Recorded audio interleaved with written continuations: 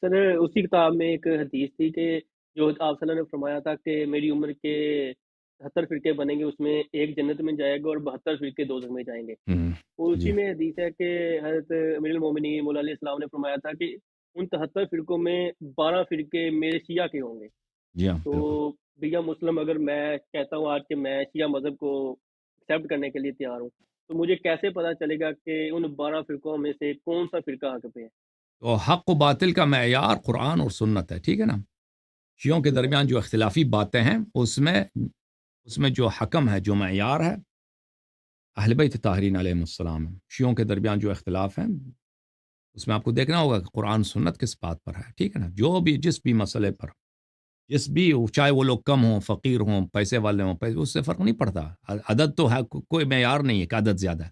وہ شیعہ بیوقوف ہے نا، وہ بالکل کہتے ہیں کہ یہ ہمارے مولوی جو ہیں یہ کی تعداد زیادہ ہے، ان کے پاس پیسے ہیں، یہ بوڑھے ہیں، کہتے ہیں سیستانی بوڑھے ہیں تو یہ صحیح کہتے ہیں اس نے 70 سال پڑھی ہے، یہ تو صحیح کہتا ہو، وہ دلیل ولیل اس کے پاس کوئی، سیستانی کی کتابوں میں کوئی دلیل کچھ بھی نہیں ہے، وہ کہتے ہیں یہ بوڑھا ہے، بس یہ بزرگ ہے، حالانکہ اس نے بزرگی میں اس نے کیا کیا ہے وہ کوئی دلیل نہیں ہوتی کہ یہ بوڑھا ہے، وہ تو اس کی بات مان لے تو کہتے ہیں کہ یہ بھی، اور وہ بھی شیعوں کو اسی طرح بے وقوف بناتے ہیں، کہتے ہیں کہ بھئی دیکھو اس نے 70 سال حوزے میں پڑھا ہے، وہ اس کو نہیں آتا، اس کو ضرور آتا ہے۔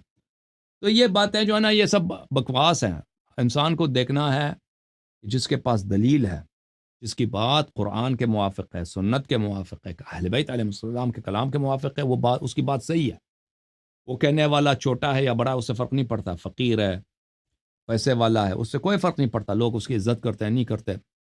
جو بھی بات دنیا میں دیکھیں، حق حق حق اللہ ہے، حق نبی صلی اللہ علیہ وآلہ وسلم اور اس کے اوصیاء ہیں، جو بھی بات انہوں نے کہی ہے وہ حق ہے۔ اب اگر اس بات کو اگر ایک کافر بھی دہرائے نا، وہ بات صحیح ہے۔ اب امریکہ بھی آ کے ایک بات کہے نا جو قرآن میں سنت میں، وہ اس کو انکار کریں گے، وہ کفر ہے، انکار نہیں کر سکتے۔ امریکہ اسرائیل کہہ دے، انکار نہیں کر سکتے، کوئی دنیا کا کافر ترین شخص کی بات آپ اس لیے رد نہیں کر سکتے۔ اگر وہ قرآن و سنت کے موافق ہے تو اس کو ماننا پڑے گا، تصدیق کرنا پڑے گا، یہ تو حق ہے بھائی، حق ہے بس۔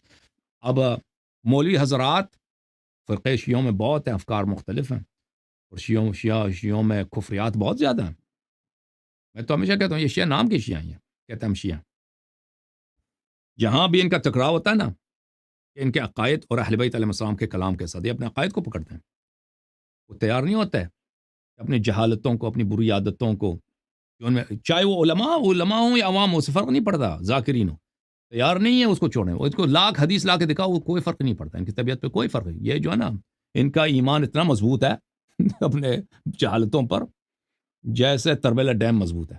تربیلا ڈیم کو توپ سے بھی لگاؤ نہ، نہیں اڑتا۔ تو ان کا ایمان بھی قرآن و سنت کے مقابلے میں کوئی قرآن کی حدیث، کوئی وہ قرآن سنت ان پہ اثر نہیں کرتا بھائی، یہ ایسے لوگ ہیں۔ جی ہاں، اچھا سر، ایک آپ لاسٹ کے کوشچن ہے میرا۔ آپ لوگ ان سے بہتر ہو، جماعت مریم سے بہتر ہیں۔ جماعت مریم میں بہت دیکھوں کہ وہ بیچارے نرم ہو جاتے ہیں، وہ بات سنتے ہیں، مانتے ہیں، ان کے علماء اللہ جانتا ہے، بہت سارے ان کے علماء شیعہ ہو چکے ہیں لیکن وہ اظہار نہیں کر سکتے بیچارے، وہ ڈر کے مارے اپنے بچوں سے، پڑوسیوں سے۔ یہ بہت زیادہ ہے اس طرح، میں دیکھتا ہوں بالخصوص پاکستان میں۔ پاکستان کے جو اہل سنت ہیں، یہ کو اہل بیت علیہ السلام سے بڑی عقیدت رکھتے ہیں، لوگ ان میں نواسب ہیں لیکن وہ کم ہیں۔